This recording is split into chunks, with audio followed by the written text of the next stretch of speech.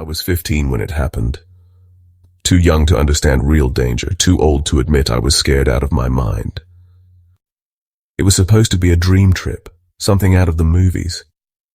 My mom had saved up for years to take me to New York City, and I had built up an entire fantasy in my head about what it would be like. The flashing lights, the towering skyscrapers, the energy of the city. It was everything I had ever wanted, and for the most part, it delivered. We hit all the big spots: Times Square, the Empire State Building, Central Park.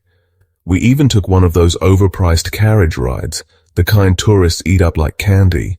It was perfect, almost. The day took a turn when we decided to visit Brooklyn. The idea was to experience the real city, the part people didn't show in movies. My mom, always the practical one, suggested we take the subway instead of a cab. It was cheaper, faster, and supposedly safe. So we made our way down into the underground, and that's where we met him. He was an old man, late 50s, maybe early 60s, dressed in a ragged Mets cap and a faded windbreaker that had probably been blue at some point, but had long since given up. His eyes were sharp, too sharp for someone who was supposedly just another New Yorker minding his business. The first thing he did was smile at us. Not a friendly smile, not a casual passing grin. It was the kind of smile that sticks to your skin like something oily and impossible to wash off. "Ladies," he said, tipping his cap like we were in some old Western movie. "You look like you're looking for something special."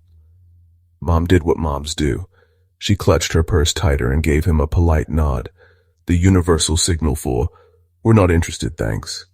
But the man wasn't the type to take a hint. "I got a tour for you," he continued, stepping closer, his breath carrying the stale scent of cigarettes and something sour underneath. "Not the tourist crap, the real deal. You want to see the original gangster hangouts? The hidden speakeasies? The alley where Capone himself—" "No, thank you," Mom cut in, firm but polite. She was always polite, even to the wrong people. He didn't like that. His smile didn't drop, but his eyes darkened just a little. "Come on now," he said, voice oozing with something between persuasion and menace. "I'll take you places no one else will. You'll never forget it." I didn't like him. Something about the way he talked, the way he stood, the way his fingers twitched at his side. It set off alarms in my brain. But I was 15, and 15-year-olds don't know how to say, "This is bad, we need to leave." So we followed him. Looking back, I don't know why. Maybe it was politeness. Maybe it was curiosity. Maybe we were just idiots. Either way, we trailed behind as he led us out of the station, away from the main road, into the quieter parts of the city. The streets changed. The noise of the crowd faded, replaced by something quieter, something eerie. "Right this way," he said, gesturing toward a narrow alleyway tucked between two buildings. Mom hesitated then. Finally, she hesitated. "Where's your tour bus?" she asked, forcing a laugh. "This doesn't look very official." "Bus," he grinned. "Lady, the best tours don't need buses." That's when I saw it. The flicker of something else behind his eyes. Hunger. Not the kind for food, but the kind you see in wolves before they pounce. And then, as if fate had been waiting for us to smarten up, we heard a voice behind us. "Ma'am, you lost." It was a police officer, mid-30s, built like a linebacker. He stood just a few feet away, one hand resting near his belt, eyes locked onto the man in the windbreaker. And just like that, the spell broke. Mom grabbed my wrist. "Yes," she said quickly. "We were just looking for the subway." The old man's smile twitched just for a second, then he took a step back, tipping his cap again. "No problem, officer," he said, voice light as air. "Just trying to help out some tourists." We didn't wait. We didn't say another word. We just turned and walked. No, ran, back toward the main street. We didn't stop until we were surrounded by noise and people, until we could breathe again. "What the hell was that?" I asked when we finally slowed down. Mom shook her head. "I don't know." but I think we just dodged something really bad. She tried to act normal after that, tried to brush it off as just a weird encounter in a big city. But later that night, in the quiet of our hotel room, I caught her staring at the door, her expression unreadable. She never told me what she was thinking, but I didn't need her to, because I was thinking the same thing. We had been close. Too close. And even now, years later, I wonder what would have happened if that cop hadn't shown up. If we had walked just a little farther into that alley. To the man in the windbreaker, if you're out there, if you're still leading tours for lost tourists, let's just say this. I hope we never meet again.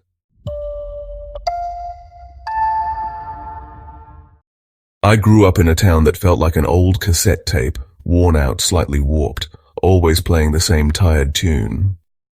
It was the kind of place where the roads had more cracks than memories, and the houses slumped like they were exhausted from holding up secrets.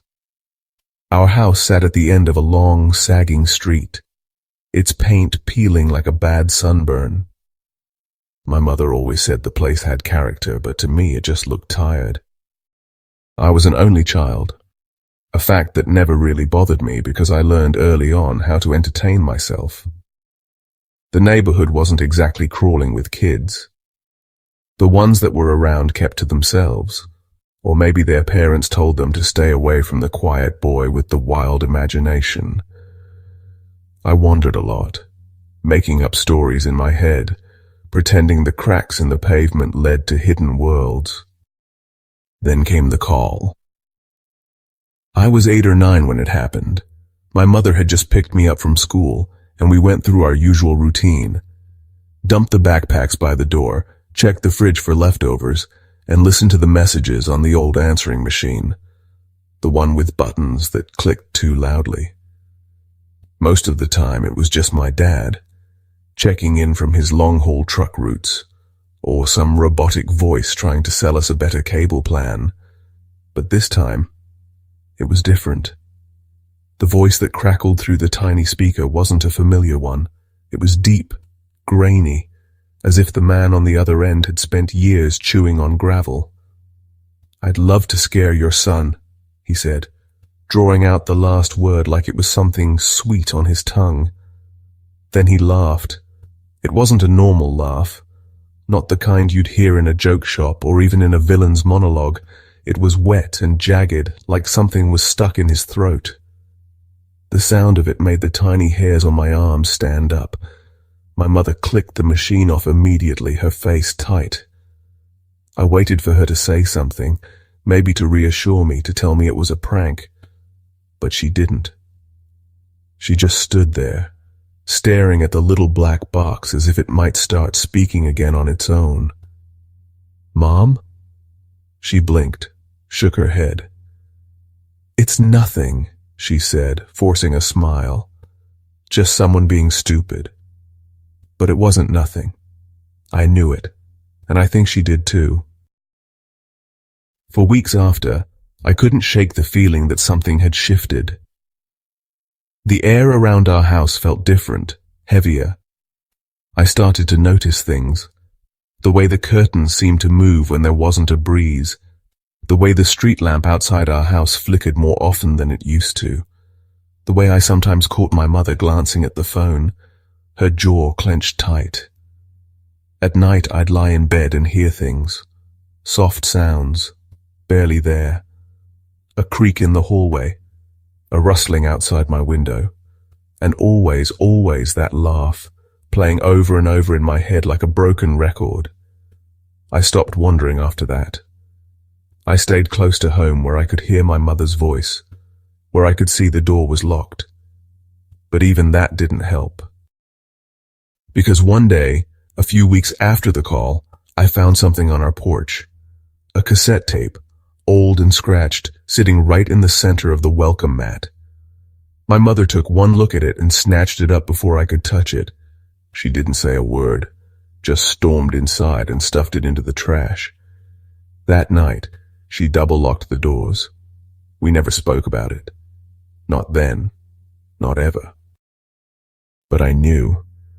Somewhere out there, the man with the gravel voice was still laughing, and he hadn't forgotten me. I was barely 18 when I nearly stepped into something dark, something I might never have come back from. Back then, I thought I knew everything, thought I was invincible. I had just run off to New York City with a man twice my age, a guy named Dominic. 35, smooth talker, the kind of guy who made you feel like you were the only person in the world one minute and a piece of trash the next. But at the time, I thought his possessiveness meant love. That's how young and stupid I was. We were living in a crummy studio apartment, the kind with peeling wallpaper and a sink that never stopped dripping. I was chasing a dream, convinced I could be one of those edgy, tattooed models I saw in underground fashion magazines. Something raw, something real. But the city, it has a way of chewing up girls like me and spitting them out. The night it happened, I was in a 24-hour diner on the Lower East Side, stirring a cup of coffee that had gone cold an hour ago. Dominic had stormed out earlier after another one of our fights, leaving me alone in a booth by the window.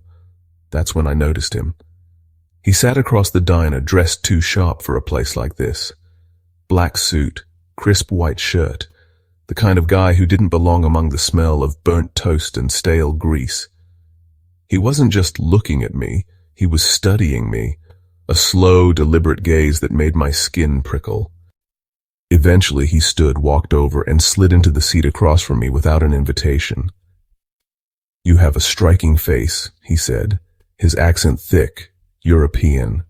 I couldn't place it. He reached into his pocket, pulled out a silver case, and offered me a cigarette. I didn't smoke, but I took one anyway. Maybe it was politeness, maybe it was curiosity, maybe it was just something to do with my hands. "My name is Carl," he said, lighting his own cigarette and exhaling a slow stream of smoke. "I'm a photographer. I should have known better. I should have walked away right then. But I was young, hungry for something bigger than my crumbling apartment and my controlling boyfriend. And Carl, he spoke with the kind of certainty that made you believe he had the power to change your life. He pulled out his phone, scrolling through photos, black and white shots of women, posed, vulnerable, naked. But they weren't erotic. They were unsettling. Something about their eyes, the way they stared directly into the lens like they were trying to tell me something, or warn me. "You have something special," Carl murmured, "a presence. I can see it." But his eyes flickered toward the door where Dominic had stormed out earlier. "You need to do this alone. No distractions, no one holding you back." I felt my stomach tighten. "I have a studio," he continued, "not far from here. Let me take your picture." My pulse picked up. Every alarm bell in my body was ringing, but my brain was still tangled in the fantasy. What if this was real? What if this was my shot? I asked for a business card. He smiled, but didn't reach for one. "I'll call you," he said instead. "What's your number?" I gave it to him. I don't know why. Maybe some desperate part of me wanted to believe that something good could come out of this city, that I wasn't just another girl waiting to get lost in it. For a few days, nothing happened. I almost convinced myself it was just a weird encounter. Then my phone rang. Carl. His voice was different this time, sharper, impatient. "You still with that boy?" I hesitated. "Yeah, you can't waste this opportunity." He offered to send a car, fly me somewhere for a private shoot. The way he spoke, it was like he had already decided I was coming. Like my choices were no longer my own. I told Dominic. I expected him to be worried, but he was furious in a different way.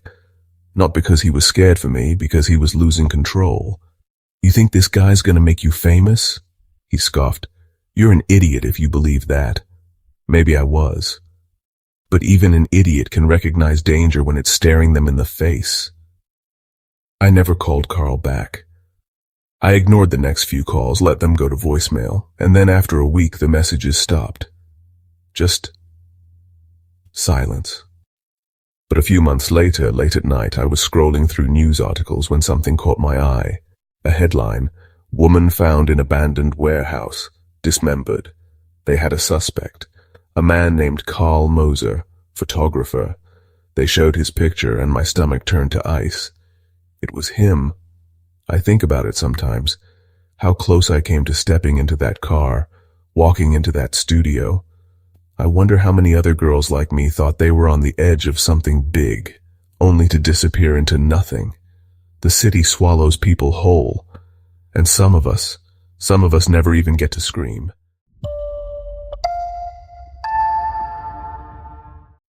I remember the day like a photograph burned into my brain. It was one of those slow, hazy afternoons at the bookstore where I worked, a little place tucked between a bakery and an antique shop.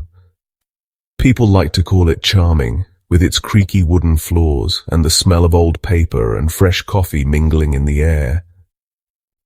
I'd been there a few years, long enough to memorize the regulars, the ones who came in for a paperback and a chat, and the ones who liked to disappear into the aisles, lost in some other world. The shop closed at 8, but I often stayed late, tidying up, restocking shelves, making sure nothing got left out of place. That night, I was alone. My boss, Mr. Lowry, had left early, and I didn't mind. I liked the quiet. It was comforting in a way, like the books were keeping me company.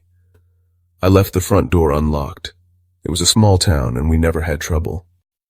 I was halfway through counting the register when I saw him. At first, I thought maybe I'd forgotten a customer, that someone had wandered in while I was in the back. But no, this man didn't fit. He sat at the old reading table near the window, the one where people flipped through books before deciding to buy them. Only he didn't have a book. His hands rested on the polished wood, fingers splayed out, unmoving. He was dressed too warmly for the season. Long sleeves, a coat, heavy boots. His hair was long, greasy, his beard unkempt, his skin stretched too tight over his face. Something about him made the little hairs on my arms stand up. I cleared my throat. "Hey there. We're actually closed. Did you need help finding something?" His head lifted slowly. His eyes, sunken and glassy, met mine, and I felt something in my gut twist. He looked through me, not at me, like I was just a shadow on the wall. And then I saw what was sitting in front of him. A knife. Not a pocket knife, not some little thing someone might carry around for safety. No, this was a butcher's knife. Wide, gleaming, heavy. He lifted a hand and ran one grimy finger along the blade, slow and deliberate. "Just waiting," he said, his voice rough like gravel grinding together. I forced a smile, even though my knees felt like they might buckle. Waiting for what? His lips curled up just a little. It wasn't a smile. Not really. The menu. I stood frozen, heart thudding in my ears. My mind screamed at me to run, but my body wasn't listening. I thought about the door, about how far I'd have to go, about how fast he could move. And then, like flipping a switch, I felt myself snap into action. "Right," I said, nodding like this was the most normal thing in the world. "Let me go grab that for you." I turned, walking slow, careful. My feet touched the floor soundlessly. The second I was out of his sight, I bolted. I ran like the devil himself was behind me, my breath coming in sharp gasps. I hit the door so hard the bells above it clattered, stumbled onto the sidewalk, and nearly slammed into a woman walking by. She started to scold me, but I didn't stop. I kept running, not stopping until I burst through the door of the bakery next door, where warm lights and the smell of cinnamon wrapped around me like a safety net. I fumbled for my phone, my fingers numb, and called the police. I barely got the words out. A man, in the bookstore, a knife. They came fast. I watched from the bakery window as the squad car pulled up, as 2 officers stepped inside. And then, not a minute later, they were leading him out. He didn't fight, didn't struggle. Just let them take him, his face blank, his eyes still distant, like he was floating in some other place where none of this was real. The police told me he was homeless. probably just looking for a place to sit for a while. They said he hadn't done anything, hadn't hurt anyone. He hadn't even resisted. But I knew better. I saw the way he touched that knife. I saw the way he looked at me without really seeing me. I never left the door unlocked again after that. And even now, years later, I still think about that night. About what might have happened if I'd said the wrong thing. If I'd moved too fast. If I hadn't walked away when I did. Because some people aren't waiting for a menu. They're waiting for something else.